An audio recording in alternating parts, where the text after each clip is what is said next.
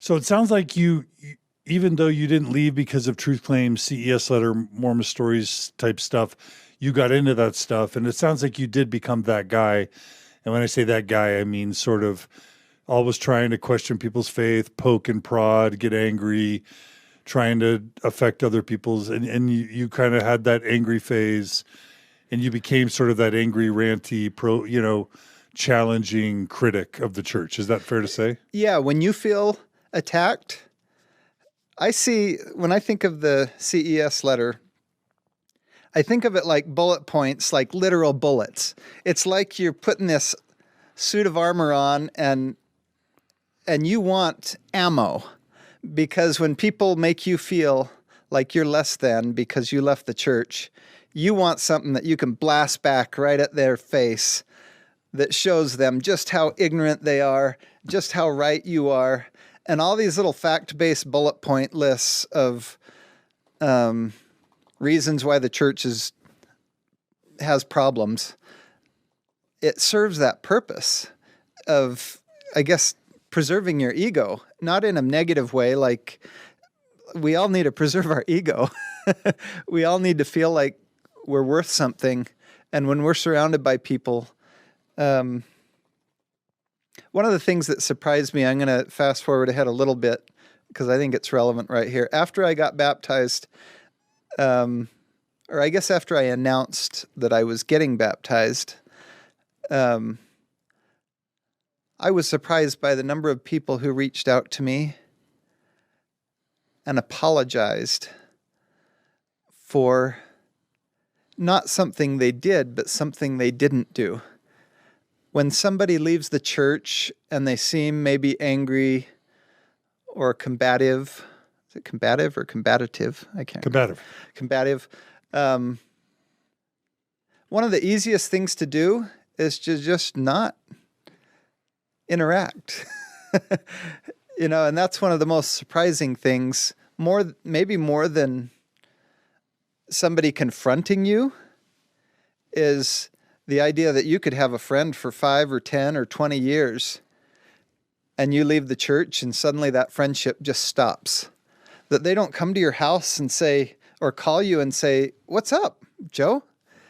I know you were really faithful and you love the church. What's up? Why don't you anymore? Tell me about it." And that's where I think that fear comes in. It's awkward. I don't know, maybe people fear if somebody I saw as strong in the church could leave, I don't want to know what they know, because maybe I'll leave too, and I don't want to leave. And maybe if I leave, my wife will leave me. And so just that isolation and that sense that we were close, but now you don't really want to know anything. Mormons, Latter-day Saints, we are very enthusiastic about telling everybody around in the world what we know. We want to knock on their door and send memes on Facebook and tell everybody just how much we know and lift them up to our level, so to speak. But we aren't always very good about wanting to know what other people know, especially if it seems like it might contradict what we're so sure about. And that's a problem. Yeah. So, so you did get to the part where you were angry, you were critical, you were negative. You got to that phase, right? Yeah, probably 2 or 3 years. That first 2 or 3 years, that's when you're defending your life. You're in survival mode. You don't know if all these key relationships are about to end or not. Yeah, and so you were listening to Mormon Stories, you were listening to Mormon Expression. What were all the normal, typical ex-Mormon things you were doing? Okay, this is a good point. And on my little outline on the paper in my pocket of things I wanted to cover. To you who are ex-Mormon or doubting, if you've been in this world for a few years, I'm talking to you. You know what I'm talking about when you go to bed every night and put those earbuds in and you're excited because you saw a Mormon Stories episode drop, or a Mormon Expression episode, or a Infants on Thrones, or a Thoughtful Faith, or a maybe sometimes you like Dan Witherspoon and sometimes you hated him episode, because he was trying to be all apologetic while being nuanced too. But you know what I'm talking about. And now I'm turning my eyes to you, John DeLynn. Thank you.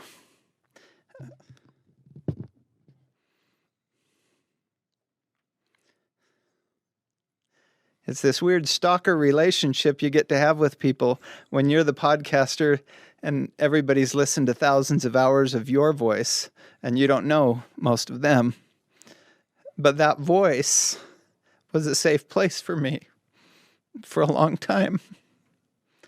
And I love my church and I love you, an apostate from my church.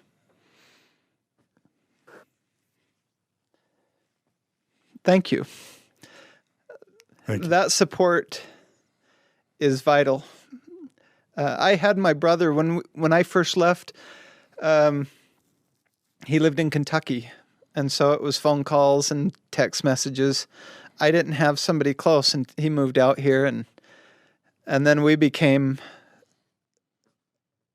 each other's lifeline. And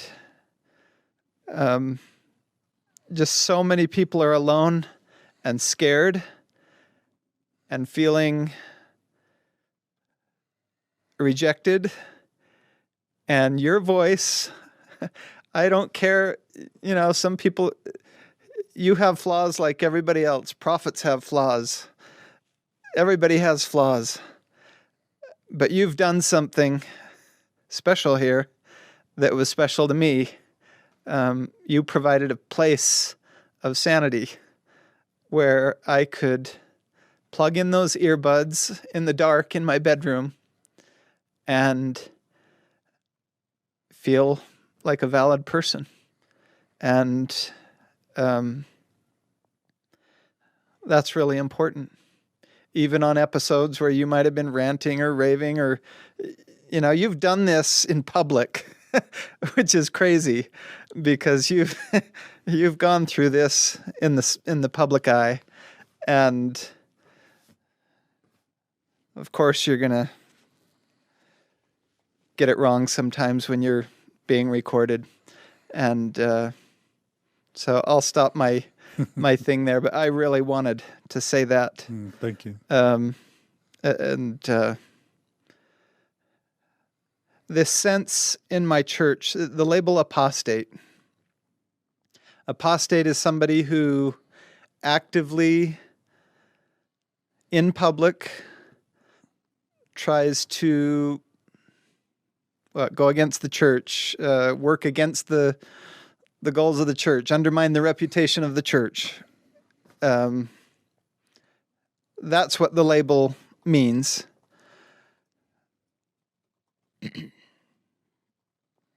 There has to be a space for people to ask questions.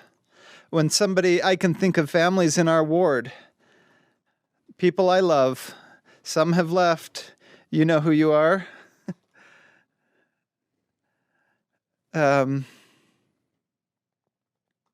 Some are inactive. There's not a good place in our ward, in our church, to have hard discussions, so people come here.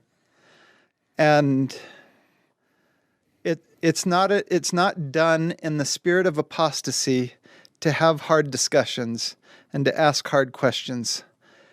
So often the people who are asking the hard questions, it's like a friend of mine who was a bishop. He asked hard questions because he wanted to help people build their faith. When you started all this, you had this staylds.org thing going. You were trying, in a very Mormon way, to help people stay in the boat. And I don't speak for my church. I'm a member, but I'm not an official spokesman. But I hope we can improve how we how we have these conversations. And when somebody comes to a bishop or a parent or a spouse and says, I just learned this weird thing about Joseph Smith or the temple or whatever, I think there's a lot of people that when they get the response of, oh, that's a lie, stay away from it, that's evil, that's bad, that's anti-Mormon lies, don't even go there with a 100-foot pole. And if you do, there's going to be big consequences, slippery slope, don't go near the edge. This fear response that's pretty strong instead of answering the question. And if we can't answer a question, what foundation is that? Is that subversive to say that? I don't think so. Because I was raised in a church before I knew about any of this stuff that caused my faith to doubt and weird stuff about the church. I was inspired for 25 years to be part of a church where seeking truth was a central part of what it meant to be a Latter-day Saint. And so let's do it tactfully. Let's do it in ways that don't hurt people's faith but let's also not use that excuse in such a way that somebody can be 40 years old and we want to not have sincere conversations with them like they're 5 or 10, because we don't want to hurt their faith. Their faith is hurt far more when they can't get their answer questioned at church, and so they have to go elsewhere and they feel rejected and shunned. How many people would have not left the church, even if everything they used to think wasn't true, if they could just have a valid conversation with somebody who didn't freak out? I think a lot. And so Totally. I hope we can do that. Totally. So, knowing that you were as ex-Mormon as any of us ex-Mormons, talk to us about your decision to resign and what that whole process was like. And the bishop and stake president interactions and your wife, and why did you resign, and just what was that process like for you? Yeah, I wrote some about it in a little essay I posted on Mormon Stories and on my Facebook on the podcast community the night of after Thrive a few weeks ago. But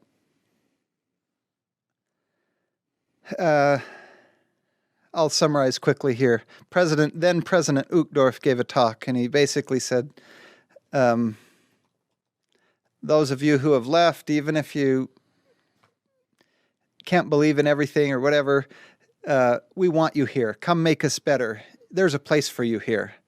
That was the big phrase in my head. There's a place for you here. And I wanted it because I love the church and I missed being part of it. And I'll just say that I had some conversations on a local level that didn't make me feel it felt like, yeah, you can come here, but 100% on our terms, no room for bending. And that's where I wrote in that article about how sometimes the church can feel like a club. Years ago, Elder Ballard talked about that idea of raising the bar for missionaries. Like, we have this high level of being a good member. We're way up here. And so what does that mean for all the people who are below that bar? Are they not valid members? Do we not want them? And of course not. We want those people too. When we talk about high bars and doing better, we're talking about inspiring ourselves and trying to be better. But sometimes we don't come across that way. And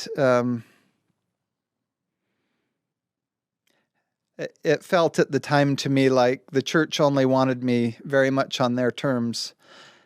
And then I had a conversation with with a leader who felt like I had done a website helped with a small website, a payment processing thing, so people could buy Mormons Building Bridges bumper stickers or something like that. And I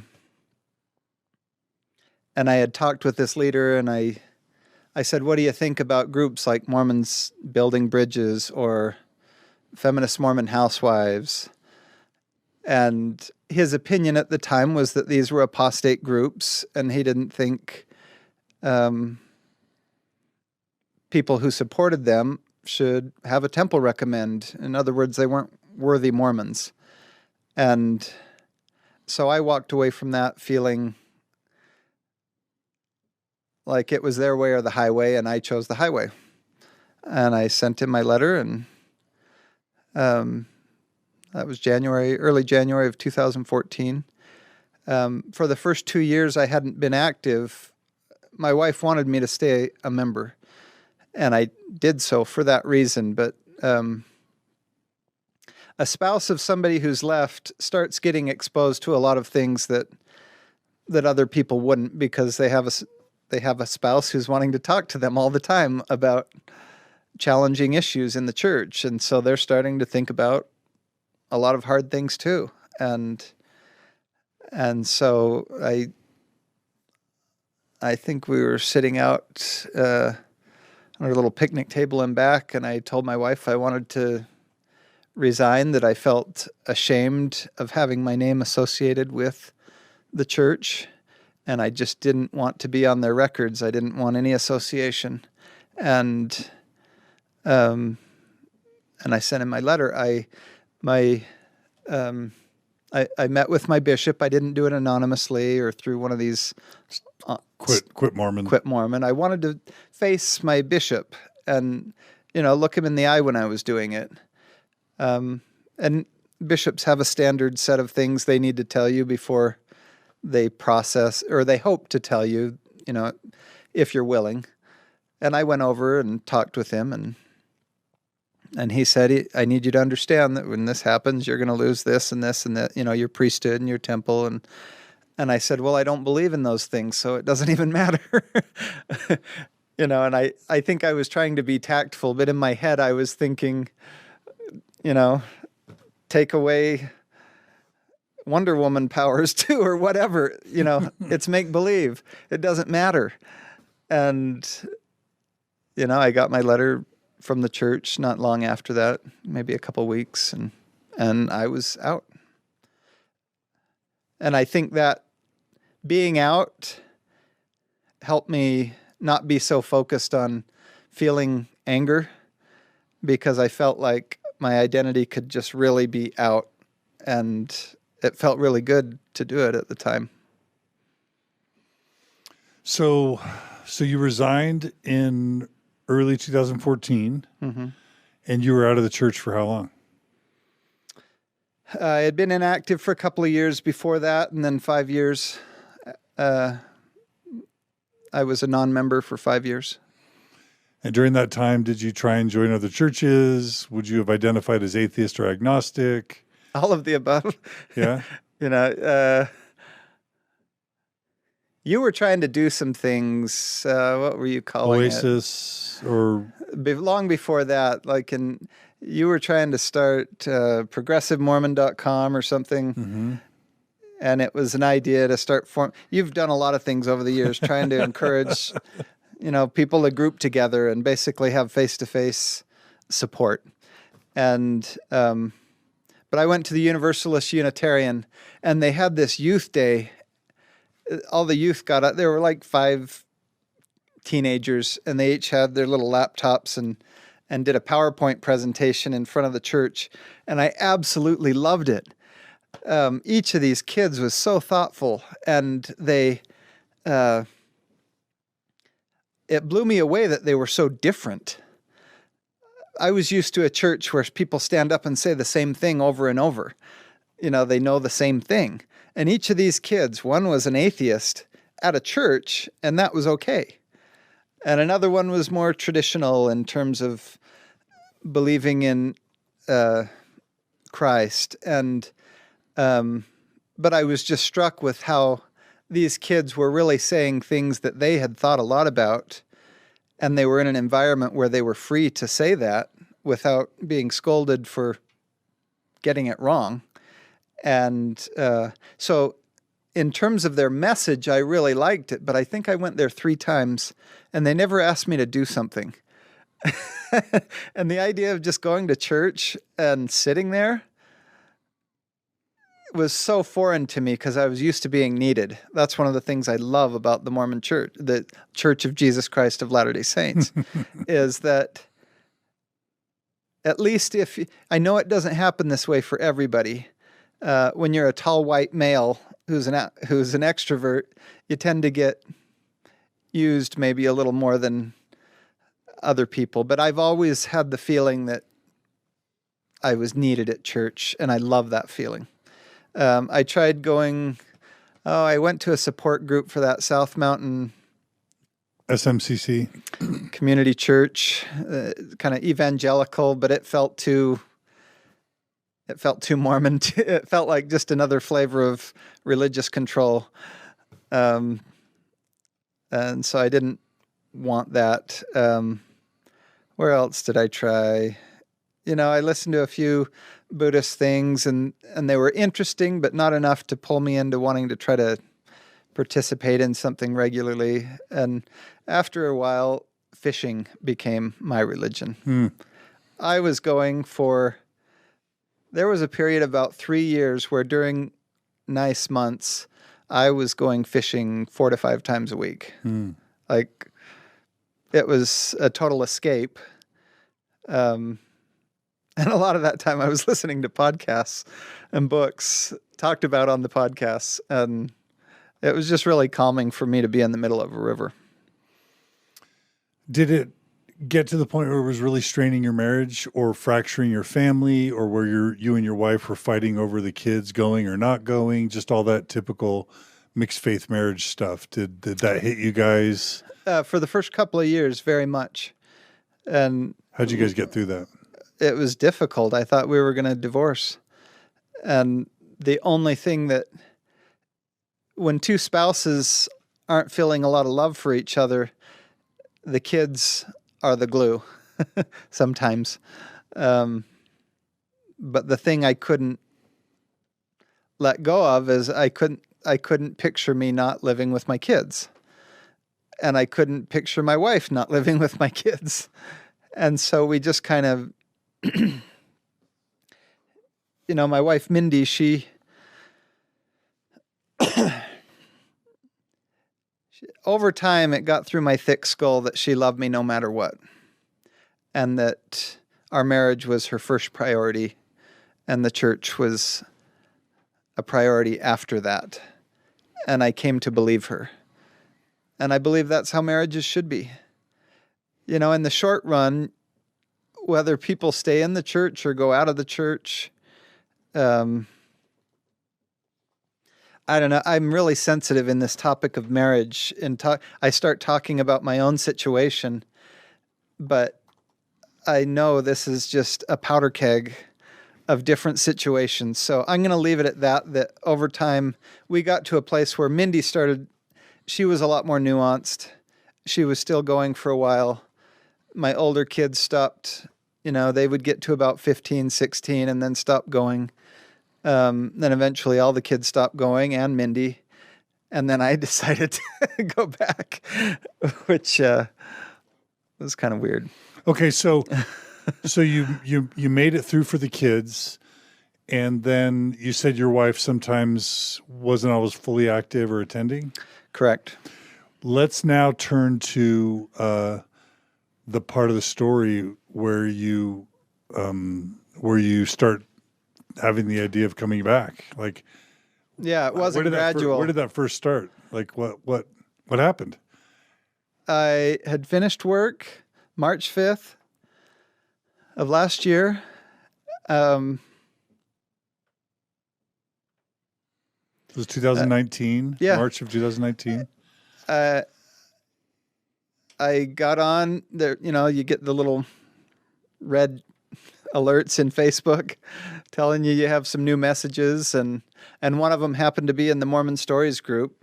And so I went into there, and then I scanned down, and I saw this name, Paxton Guyman, and I asked him if I could use his name, and he was totally good with it. And I thought, I know Paxton. I grew up with him. We were in the same ward together. He was a few years older than me, and so we weren't close or anything. I just knew his name. And he wrote, his post was kind of long, and it started out something like, after 10 years out of the church, he was excommunicated. I'm going to be rebaptized. And I was not looking, I was long past those yearnings that I would have in early years of how can I make the church work. I was really good with not being a Latter-day Saint. And I was really good with the idea of no God. And the idea that everything that we call God is just something that happens in our brains and socially. And when I read those words, I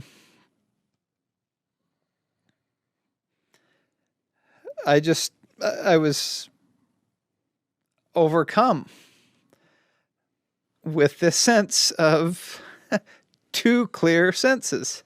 I'm God, I love you, and I'm here.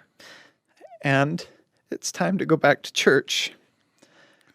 Clear as day. Okay, wait. So where are you sitting? You're sitting where? I'm sitting at my desk. I worked in a home office at the time. So you're at home office. At my desk looking at Facebook. Looking at the Mormon Stories Podcast community on Facebook? Yes. And a guy named Guy Paxton Guyman writes a comment in there that said what? That he was going to get rebaptized after he had been excommunicated and he had been out of the church for 10 years and he was getting rebaptized. And up until that moment, do you remember it having been building where you were? No, nothing. So you weren't having Absolutely inklings that nothing. way? You weren't moving in that direction? Nothing. It was like an Alma the Younger, Saul on the road to Damascus experience. We're just in a almost describing a it that lightning way bolt. can sound arrogant, like I think I'm important, but I didn't see a vision or anything, but that's how it was. It was, I'm God, I'm here, and I love you, and it's time to go back to church. And just my whole body was just like electrified, and I didn't trust it. For years, I was very untrusting of feelings. Feelings just seemed like a way to manipulate people. And this just came out of nowhere. And I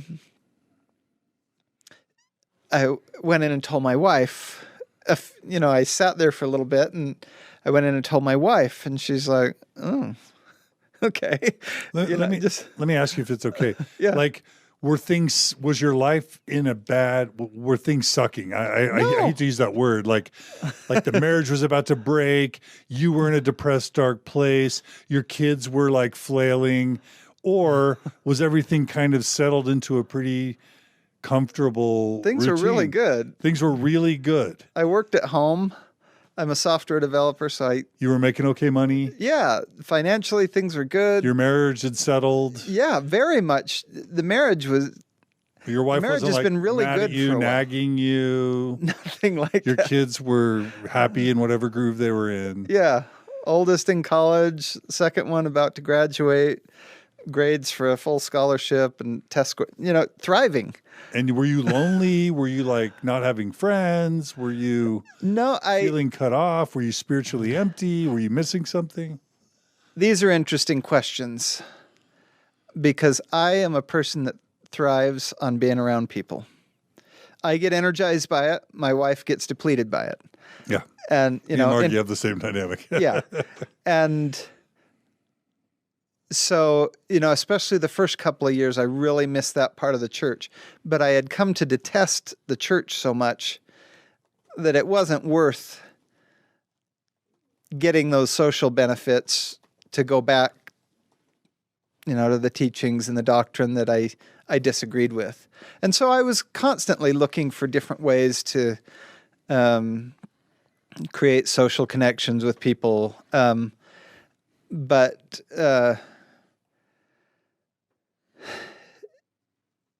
so there was an element of loneliness. If you would have asked me at the time, I would have said, no, I'm great. Because if nothing else, every ex-Mormon wants to look like they're thriving. Because if they don't, a Mormon is going to tell them, see, it's you're not thriving because you aren't faithful. And so lots of members of the church aren't thriving and are lonely too, but this is about me. I was in a steady routine. I wasn't at any point where I was on the precipice of something and, my wife was going to leave me or something. There was nothing like that. Life was good. And that's why this blew me away. And that's why if somebody would have told me about, I did a write-up about this. And if I would have read that write-up from somebody else, for many of these years I was gone, I would have rolled my eyes and had 3 or 4 reasons why that would have downplayed anything spiritual, or if you want to call it supernatural, or, in the ex-Mormon world, it all kind of gets clumped with magic and voodoo and something not rational. And so I had this experience. I talked to my wife, and then I wanted to talk to my brother because my biggest concern was that my brother, we had been so close as non-Mormons. We like to drink wine. We like to, and other stuff. We like to go fishing on Sundays. We like to, socially, my brother was my most important friend. So Steve? Yeah. And he had left. Yeah, he was out and he's still out. Okay. And he still is. Yeah. My most important friend outside of my wife. Right. And that was the relationship I was most concerned about, because I thought, I'm going to go back to church and I'm going to get busy because the church keeps you busy. And I'm not going to be able to do certain things that I used to do. And am I willing to give up? I had the fear that I might have to give up that relationship. But the feeling I felt was, it wasn't like that idea from the scriptures where it says, are you going to choose Jesus and leave your family? Are you going to choose one or the other? The spirit I felt was, no, he's still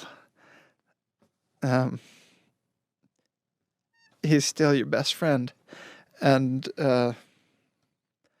you'll figure it out because you love each other. And that's how I feel. And there were it was awkward for a little bit with a lot of people, with my kids. Everybody assumed, I'm jumping ahead of myself. Let me just jump back to a question I was asking you, and yeah, I don't want to recover this if you've already covered it, but so what I get a sense of, and you tell me if I'm wrong, is that everything was great, except you probably, and this is something I can relate to, my friend Tyler, who we've talked about this a lot together. There's these feelings you get as an active Mormon, where you're showing up on Sunday, seeing all these people, being a part of this community, singing the songs, hearing the talks, hearing the testimonies, meeting in elders quorum, serving. Mormonism, for a certain group of people, manufactures these amazing General Conference, Mormon Tabernacle Choir. Like, if I kind of have tried to pick apart or dissect or describe what religions are at their most fundamental level, it's a positive feeling generation business. It's like a machine that knows how to generate really positive feelings in people, because you're serving, you're loving, you're singing, you're testifying, you're feeling a sense of meaning and purpose. You've got an identity. Like, it's got all these elements, components to it Yeah. that just make you feel awesome. Yeah. And I'm wondering whether, even though everything's going great, and I'm not trying to project, whether you maybe missed that part at some level. I'm sure I did at some level. It wouldn't have been at the conscious level where I'm thinking every day, maybe I should go back to church. I hadn't been thinking that for years. But you're saying was there an emptiness? Oh yeah. I always wanted to do things. I was involved in a Toastmasters group for a while through one job. They had it. And I was always looking for ways to, just get engaged in something and be enthusiastic about something. And so I won the 2014 or 15 Toastmaster Leadership of the Year award for the Salt Lake region, because I was just trying to always do things to make it fun. And it kind of filled that void that the church had normally filled for me, just trying to put your heart into something, which for most people, it's just a little Toastmasters group and they give a speech once a month or whatever. It's a public speaking group. But for me, it was, it was filling a void. Before I had that experience, I had already applied to, with Catholic Community Services, to be a mentor to new refugee families, because I was wanting a way to serve and interact with people and care about people, and so that was an ongoing element of way. I would try to come up with ways to do it, and usually starting something by yourself is exhausting, and it's hard to sustain it. You can start a group or whatever, and it might last a year or two. Then people move, and the church is just right there, and it provides that structure in a way that you don't have to do it and invent it all yourself. You can just go to it. But at the same time, I kind of felt disgust about the church, and so it wasn't an option. But I was regularly looking for ways to be involved in communities, help people, going downtown and feeding the homeless with the Legacy Initiative, or, just different things. So you have this moment in April or March of 2019. 2019, not even a year ago. Yeah. And just like a lightning bolt out of the blue, God says, I'm here, I love you. It's time to go back to church, right? Yeah. So what did you do? Where do you go from there? I slept on it first because I thought, how some days if you're really tired or you haven't eaten or you're hungry or whatever, and you get emotional, whether it's grumpy or it just felt like a blip. I thought, I need to sleep on this. And I did. And next morning, I wake up thinking, okay, new day. That was a weird thing yesterday, but then it wasn't gone. It was like that feeling was just... it's a feeling that sounds really stupid when you've worked really hard to separate yourself from it and to tell yourself that's a bunch of BS.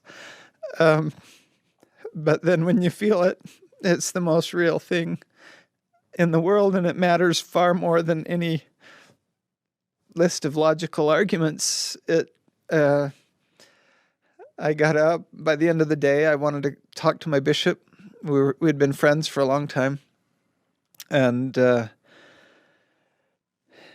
I did. And and that night after I talked to him, I turned on Mormon Expression because I was, excuse me, I thought, I'm going to make a huge fool of myself. I'm going through some weird emotional experience that I don't understand. And I'm going to wake up in a week or a month, and I'm going to feel like an ass for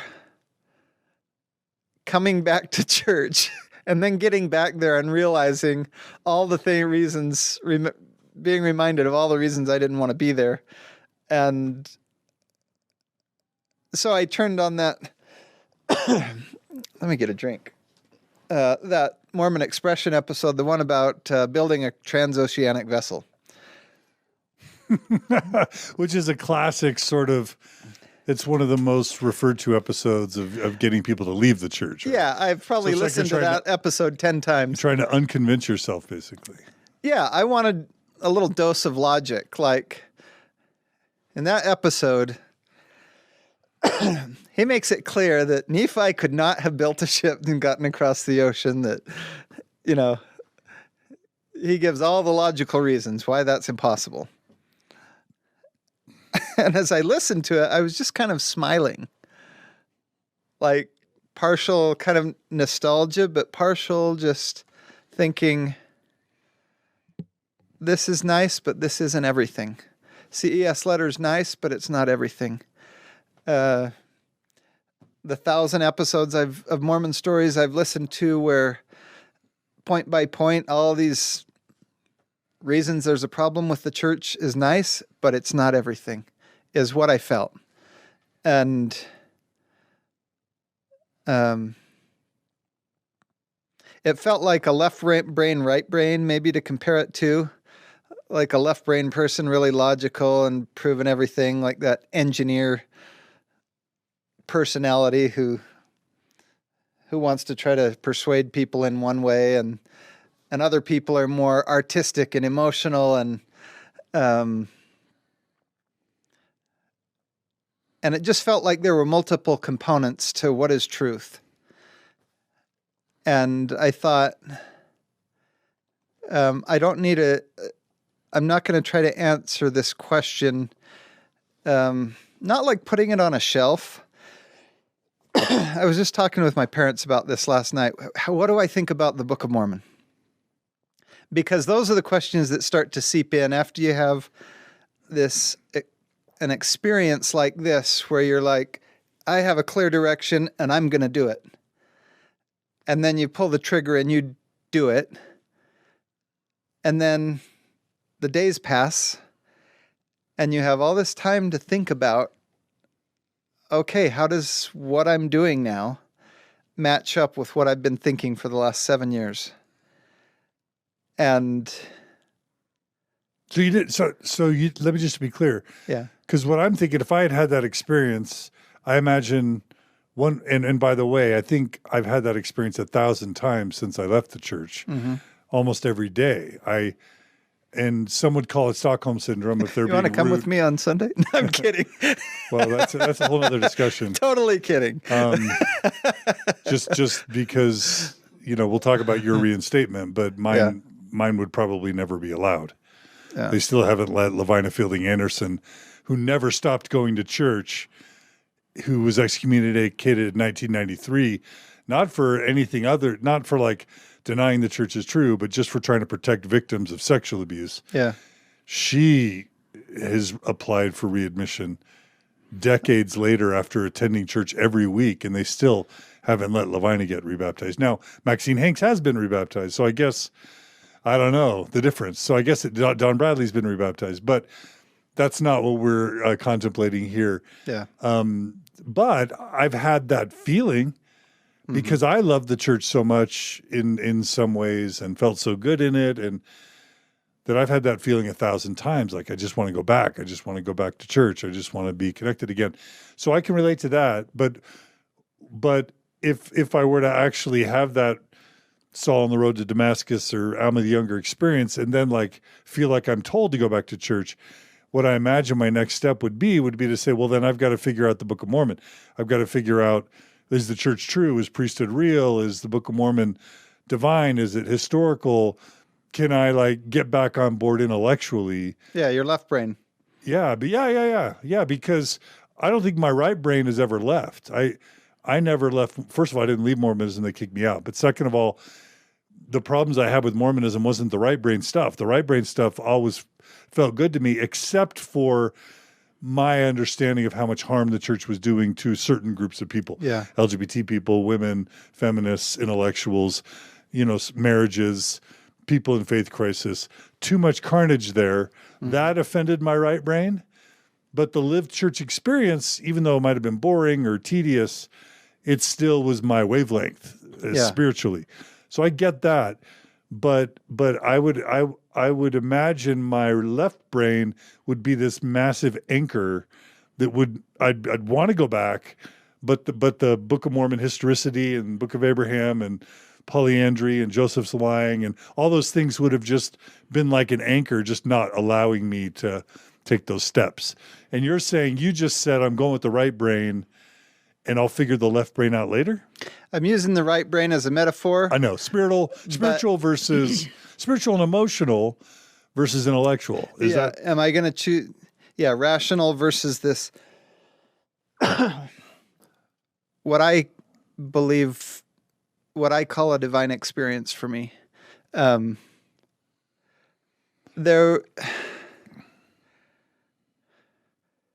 was no question.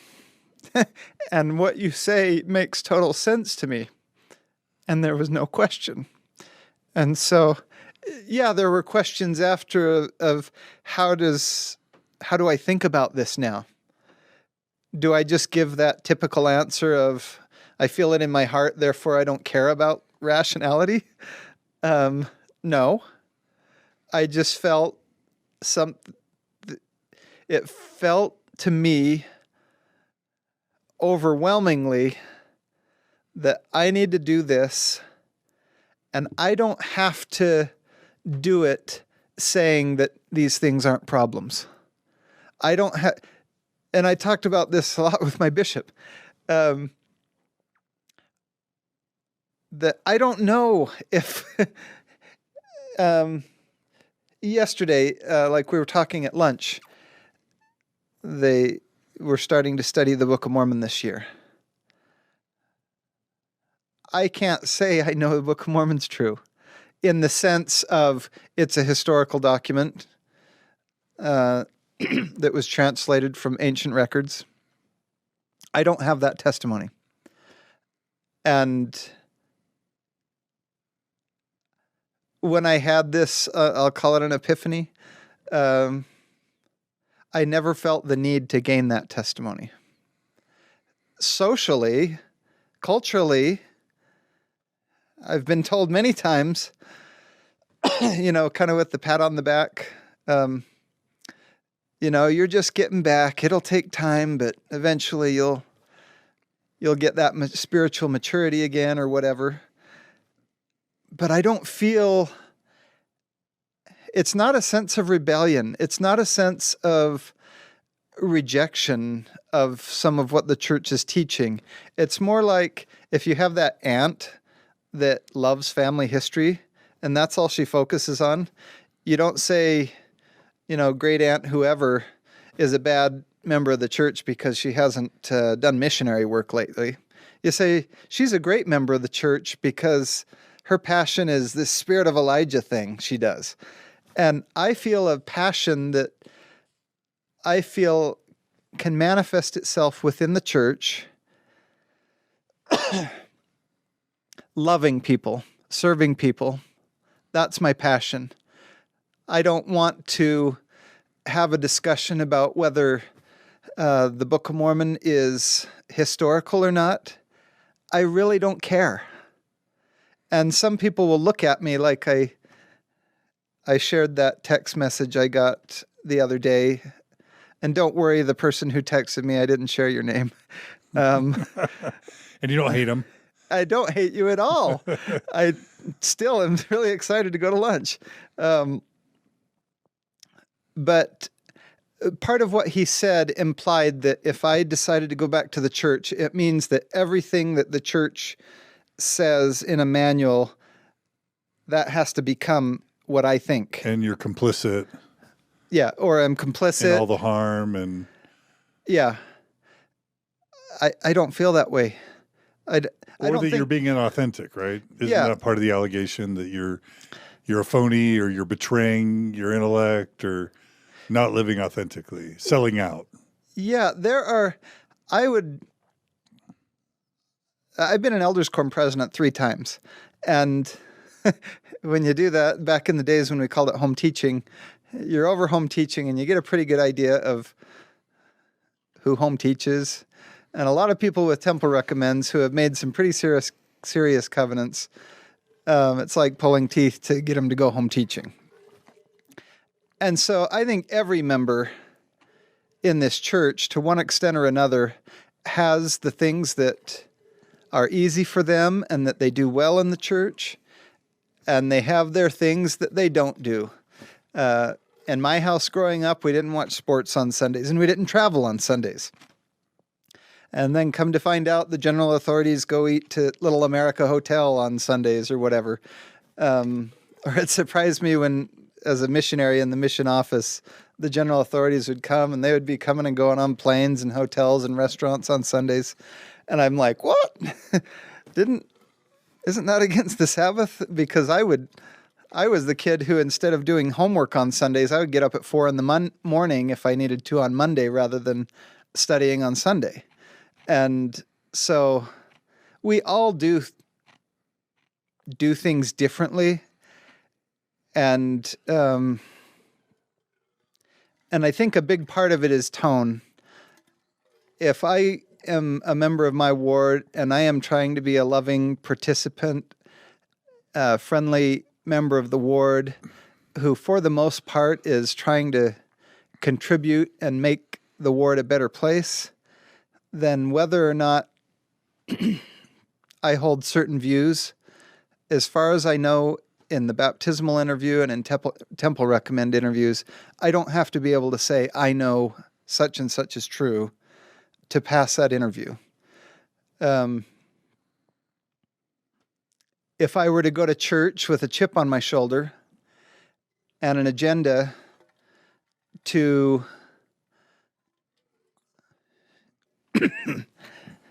let me get another drink. Sorry, I have a tickle. If I went with an agenda, you would sense that in me.